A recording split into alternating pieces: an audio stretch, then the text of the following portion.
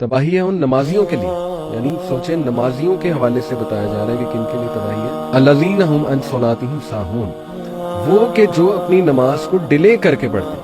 یعنی آپ سوچیں گے یہاں یہ نہیں کہا جا رہا کہ تباہی ان کے لیے جو نماز چھوڑ دیتے ہیں، بلکہ ان کے لیے تباہی. اور یہ جو ویل ہے یہ جہنم کی سب سے جو ہے وہ خوفناک وادی ہے، سب سے گہری، اللہ بچائے. تو وہ کہہ رہے ہیں اللہ سبحانہ تعالیٰ کہ ان کے لیے ویل ہے جو نماز کو ڈیلے کرتے ہیں فرام دا فکس ٹائم. تو پھر آپ سوچیں گے جو شخص اللہ معاف کرے نماز ہی نہیں پڑھ رہا اس کے بارے میں کیا حکم ہوگا. اور اس حوالے سے میں تھوڑا انکریج کرنے کے لیے کچھ ایسی حدیث رکھتا ہوں آڈینس کے سامنے ماشاءاللہ، جس سے ثابت ہوتا ہے کہ نماز جو ہے کتنا بڑا اللہ کا گفٹ ہے اور نماز کتنی امپورٹنٹ ہے. ابن مسعود صلی اللہ عنہ نے ایک بار نبی صلی اللہ علیہ وسلم سے پوچھا کہ یا رسول اللہ وچ ڈیڈ از دا بیسٹ. اللہ کے نبی صلی اللہ علیہ وسلم نے کہا کہ آفرنگ صلاح ایٹ اٹس پرسکرائبڈ ٹائم.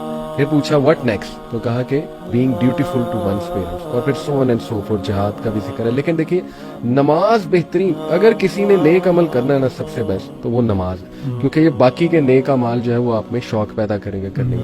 پھر نماز جو ہے یہ معراج پہ تحفہ دی گئی، اس کو برڈن تو سمجھنا ہی نہیں چاہیے. یہ اللہ سبحانہ تعالیٰ نے خود نبی صلی اللہ علیہ وسلم کو بلا کے تحفہ دیا ہے.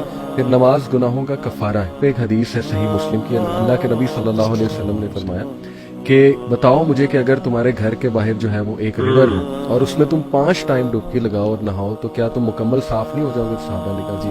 اللہ کے نبی صلی اللہ علیہ وسلم نے کہا کہ یہی مثال اصل میں نماز ہے. جب 5 ٹائم تم اللہ کے سامنے حاضری دیتے ہو تو وہ تمہارے گناہ جھڑتے ہیں اور تمہیں بہت سے جو ہے وہ فائدے ملتے ہیں الحمدللہ. اور پھر دیکھیے یہ کتنی امپورٹنٹ حدیث ہے کہ اللہ کے نبی صلی اللہ علیہ وسلم نے فرمایا، یہ مسلم کی حدیث ہے، بٹوین اے مین اینڈ شرک اینڈ کفر there stands his giving up prayer.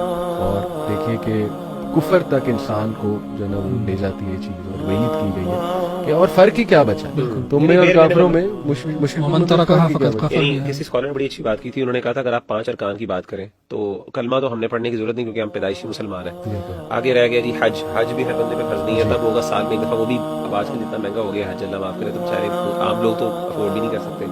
رہ گئی زکوٰۃ کا بھی نظام جو ہے وہ عام بندہ بیچارہ افورڈ نہیں کر سکتا سال میں ایک دفعہ، بھی ایک دفعہ اگر ہے بھی. تو پیچھے رہ گیا روزے اور نماز. اور روزے میں بھی اگر بندہ بیمار ہے فار ایگزامپل بڑھاپے میں پہنچ جاتا ہے، روزہ نہیں رکھ سکتا تو وہ فدیہ دے دے، روزہ نہ رکھے. آ جا کے ایک چیز رہ جاتی ہے پیچھے نماز، اور وہ بھی اگر بندہ نہ کرے تو پھر بندے چھوڑی ہی نہیں جا سکتی.